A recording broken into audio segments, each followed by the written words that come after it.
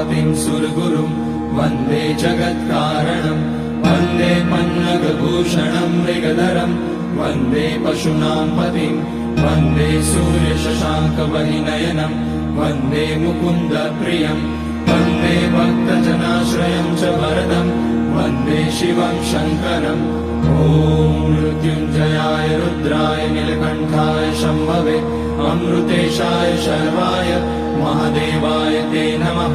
नमस्तेस्तु भगवन् विश्वेश्वराय महादेवाय त्र्यम्बकाय त्रिपुरान्तकाय त्रिकाग्निकालाय कालाग्निरुद्राय नीलकण्ठाय मृत्युञ्जयाय सर्वेश्वराय सदाशिवाय श्रीमान् महादेवाय नमः।